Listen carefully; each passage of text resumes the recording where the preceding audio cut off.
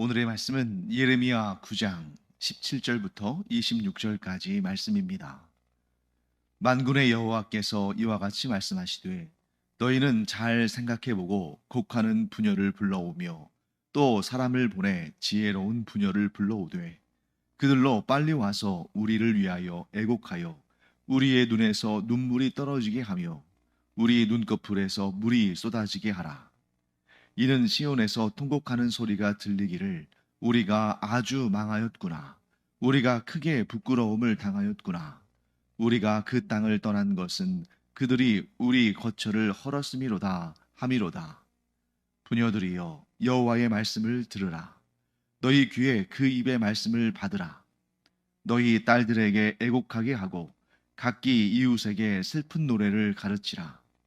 무릇 사망이 우리 창문을 통하여 넘어 들어오며 우리 궁실에 들어오며 밖에서는 자녀들을 거리에서는 청년들을 멸절하려 하느니라.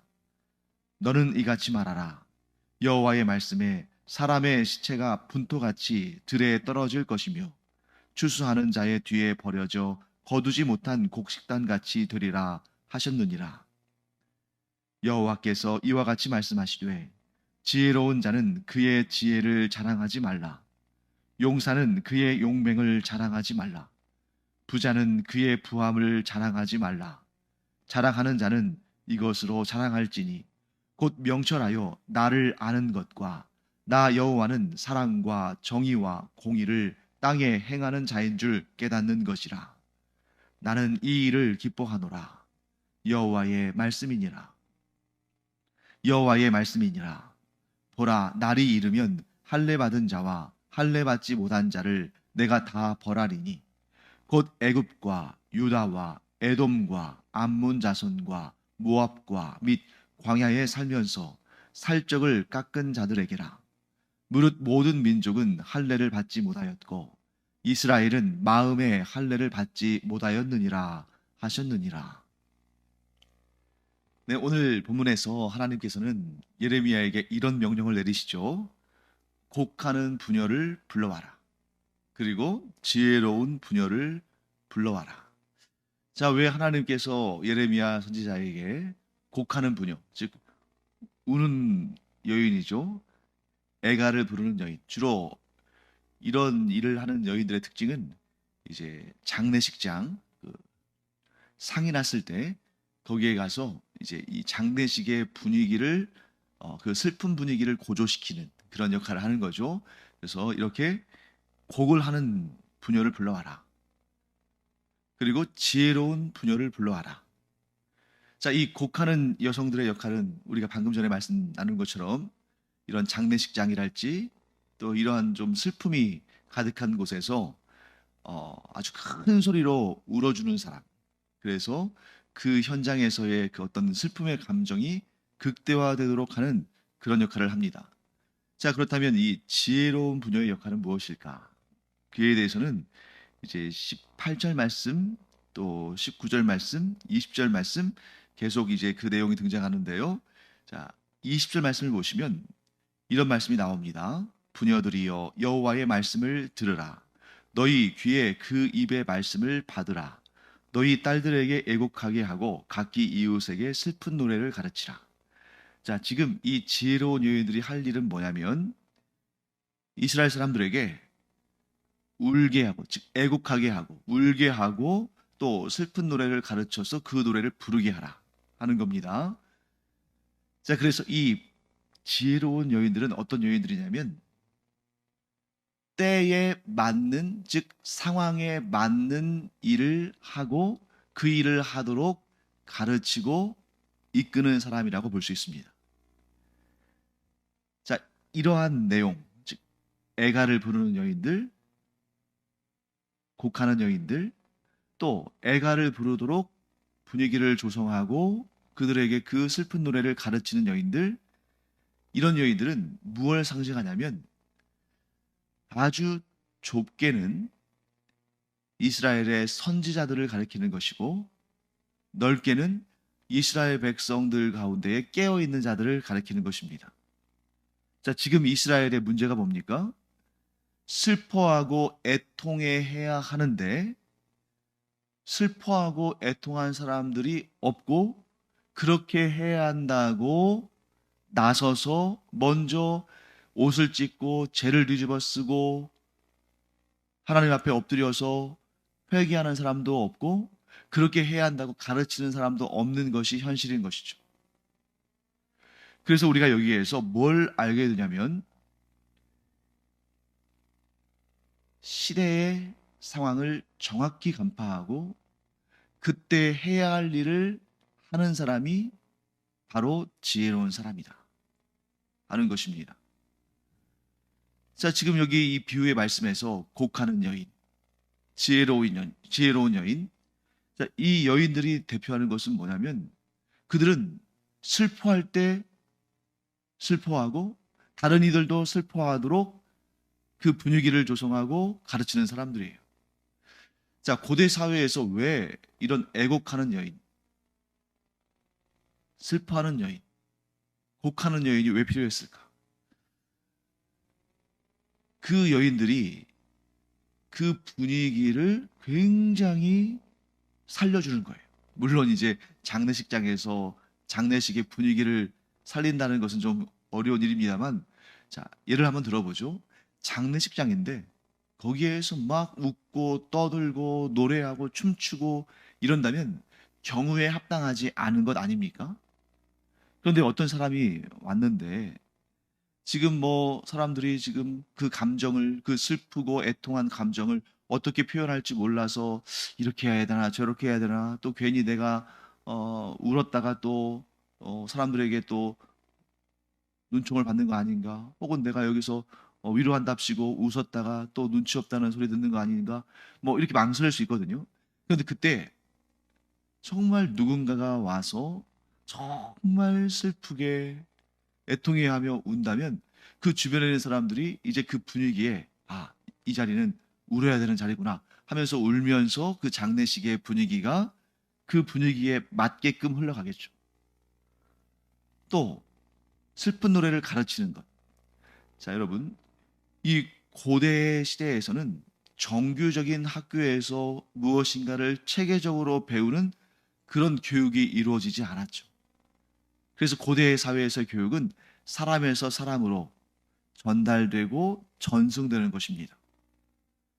자, 그러니까 이러한 애가 이런 것도 사실 학교에서 배우는 건 아니지만 그 사회에서 그것을 담당하는 사람들이 있으니까 그것이 계속 전달되고 전승되고 가르쳐지고 유지되는 거죠. 뭐 예를 들면 우리나라로 따진다면 뭐 민요, 경기 민요랄지 뭐 이런 민요들, 또 판소리, 뭐 전라도의 판소리랄지 또 경상도에도 그런 내용들이 있죠. 이런 것들이 전부 구전되는 것이지 뭐 정식 무슨 학교를 세워서 시작한 것은 아닙니다. 물론 후대에는 그렇게 했습니다만. 그러니까 이런 뭐 예를 들면 또 상여를 끌고 나갈 때 그 상여에 올라탄 상여꾼이 막 거기에서 또 이 상여를 상여가 나갈 때 하는 그런 노래들이 있잖아요. 그런 노래들도 뭐 누구한테 어디 학교 가서 배운 것이 아니라 사람에서 사람으로 전승이 된 거죠. 자, 그런데 이들의 역할이 굉장히 중요하다는 것입니다. 왜요? 경우에 합당한 분위기를 조성하고 사람들로 하여금 그렇게 경우에 합당한 행동을 하도록 가르쳐주고 이끌어주기 때문이에요. 자, 이런 역할이 누구에게 주어져야 되는 것입니까? 선지자들이 그런 역할을 해야 되는 거죠. 선지자들, 제사장들, 이런 유대의, 이런 이스라엘의 영적인 지도자들이 그런 역할을 해야 됩니다. 그런데 도리어 선지자들이, 또 제사장들이 지금 울어야 되는, 애가를 불러야 되는, 정말 우리가 크게 회개하지 않으면, 크게 반성하지 않으면, 우리가 돌이키지 않으면 정말 하나님의 그 두려운 심판이 임할 것이다 하는 것을 가르쳐야 되는 사람들이 그렇게 하지 않을 때 문제가 생기는 것이죠. 또한 그렇게 앞에서 곡을 하고 또 슬픈 노래를 가르치고 함께 부르자고 하는 그 사람들의 그러한 이끌어줌에 반응하지 않는 것, 그것도 굉장히 큰 문제가 되는 거죠. 즉 앞에서 이끄는 사람은 상황을 정확하게 판단하고 경우에 합당한 일을 하도록 사람들을 이끌어주고 가르쳐줘야 되고, 또 그들의 지도함을 받고 인도함을 받는 사람들은 또 그들을 따라서 그 경우에 합당한 반응을 보여야 되는데, 이 둘 다 이루어지지 않고 있는 아주 안타깝고 답답한 상황을 하나님께서 이 곡하는 여성과 지혜로운 여성을 비유적으로 설명하시면서 이스라엘의 잘못을 지적해 주시는 것이죠. 자, 그러면 왜 우리가 애곡해야 되는가? 왜 이 이스라엘 백성들이 애곡해야 되는가? 거기에 대해서 하나님께서 21절과 22절에서 그 이유를 설명해 주십니다. 자, 21절, 22절, 21절에 이런 말씀이 있죠. 무릇 사왕이 우리 창문을 통하여 넘어 들어오며 우리 궁실에 들어오며 밖에서는 자녀들을 거리에서는 청년들을 멸절하려 하느니라. 자, 여러분, 이 구절을 딱 읽고 들었을 때 어떤 느낌이 드십니까? 무엇이 연상되세요? 저는 딱 무엇이 연상됐냐면 출애굽기에 하나님께서 애굽 왕 바로에게 이스라엘 백성들을 내보내라라고 명령하셨는데, 이 바로가 9번이나 되는 재앙들을 거치면서도 끝끝내 그 마음이 완악해서 하나님의 명령에 순종하지 않고 결국 이스라엘 백성들을 내어주지 않았죠. 그때 하나님께서 마지막 10번째 재앙으로 그 애굽의 경내에 있는 모든 사람이나 모든 짐승의, 사람이라면 장자, 짐승이라면 초태생 수컷의 생명을 거둬가시는 그 놀라운 무서운 재앙을 내리셨죠.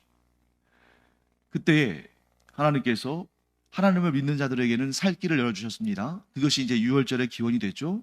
어린 양을 잡아서 그 피로 문의 설주와 임방, 즉 문이 있다면 그 문에 틈이 있을 거 아닙니까? 무언가가 이렇게 들어올 수 있는, 뭐 공기든 바람이든 그런 틈이 있는 곳에 어린 양의 피를 바름으로 말미암아 죽음을 관장하는 그 여호와의 사자가 그 집 안으로 들어오지 못하게, 그 집을 지나가도록 한 그러한 10번째 재앙, 유월절의 기원이 되는 그 사건이 떠오른다는 거죠. 지금 이스라엘 백성들이 하나님의 말씀에 순종했었기 때문에, 자, 그들의 조상들이 애굽 땅에서 이 어린 양의 피를 문에 설주와 임방에 바르라고 하신 여호와 하나님의 명령에 순종했기 때문에 죽음을 당하지 않고 살아났고 하나님의 구원하심을 얻었는데, 지금 이 시대, 지금 이 유다 왕국이 멸망하기에 얼마 시간이 남지 않는 이 시기에 그들이 하나님의 말씀을 순종하지 않고 하나님을 도리어 버리고 우상을 섬겼을 때에 지금 이 상황이 어떻다는 것입니까? 사망이 우리의 창문을 통하여 넘어 들어오며, 자, 예전에 그 조상들은 하나님의 말씀에 순종했기 때문에 사망이 그들의 창문과 문과 그들의 집을 넘어갔는데, 이제는 그들이 불순종으로 반응하는 바람에 사망이 그들의 창문으로 들어오고 심지어 궁실에, 애굽 왕의 궁궐에도, 그 궁실에도 사망이 임했던 것처럼 우리 이 유다 왕국의 왕실에, 즉 그 궁실에도 사망이 들어오고 밖에서는 자녀들을, 거리에서는 청년들, 그러니까 막 이 순종하지 않은 자들에 대한 하나님의 두려운 심판이 임하는 그런 모습이 나타나고 있는 것입니다. 그래서 22절 말씀, 사람의 시체가 분토같이 들에 떨어질 것이며, 자, 분토는 뭐냐면 거름, 또 인분 이런 거잖아요. 자, 그러니까 사람의 시체가 그런 밭에 분토가 뿌려지듯이 그곳에 널려 있을 것이고, 출수하는 자의 뒤에 버려져 거두지 못한 곡식단 같이, 자, 출수하는 자가 출수한 다음에 곡식단을 거두는데, 뭐 사람이 하는 일이다 보니까 실수로 곡식단 몇 개를 떨어뜨릴 수 있잖아요. 그거 어떻게 되겠습니까? 썩어버리는 거죠. 주인의 창고에 들여지는 것이 아니라 땅에 떨어져서 썩어져 버리는 그런 곡식단 같이 될 것이다 하고 하나님께서 그 심판을 선언하십니다. 자, 그러면 여기에서 우리가 분명한 교훈을 얻어야죠. 이전에는 구원을 얻었던 이스라엘 민족이 왜 이제는 하나님의 심판에 놓이고 기쁨과 승리의 노래를 불렀던 이스라엘 민족이 왜 지금은 슬픈 애가 곡을 해야 되는가? 딱 한 가지의 차이가 있죠. 출애굽 백성들과 지금 이 멸망 앞에 서 있는 이스라엘 백성들의 딱 한 가지의 차이. 하나님의 말씀에 순종했느냐, 순종하지 않았느냐. 이 차이인 것입니다. 그리고 계속해서 하나님께서 이렇게 말씀하시죠. 23절 말씀. 23절과 24절은 아주 중요한 메시지를 담고 있습니다. 여호와께서 이와 같이 말씀하시되 지혜로운 자는 그의 지혜를 자랑하지 말라. 용사는 그의 용맹을 자랑하지 말라. 부자는 그의 부함을 자랑하지 말라. 자랑하는 자는 이것으로 자랑할지니 곧 명철하여 나를 아는 것과 나 여호와는 사랑과 정의와 공의를 땅에 행하는 자인 줄 깨닫는 것이라. 나는 이 일을 기뻐하노라. 여호와의 말씀이니라. 지혜로운 자는 지혜를 자랑하지 말아라. 용사는 용맹을 자랑하지 말아라. 부자는 그의 부함을 자랑하지 말아라. 자, 왜 그럴까요? 이 말씀은 오늘날 우리에게도 똑같이 적용됩니다.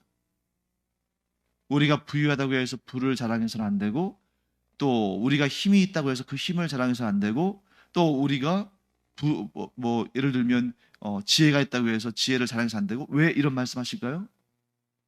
하나님께서 지금 이스라엘 백성들에게, 그리고 오늘날 우리에게 이 말씀을 하시는 것은 뭐냐면, 내가 지혜롭다고 자랑하면서, 내가 용맹하다고 자랑하면서, 내가 부유하다고 자랑하면서 그 안에 하나님에 대한 이야기는 전혀 없는, 즉 하나님은 빠뜨리고 지혜를 자랑하고, 하나님은 제외하고 용맹을 자랑하고, 하나님은 절대로 언급하지 않으면서 자기의 부유함을 자랑하고, 즉 그 지혜와 용맹과 부유함이 다 내 것이다, 나로부터 시작되었다, 내가 이룬 것이다, 나의 공로다 라고 자랑하는 자들에게 하나님께서 하시는 말씀이에요.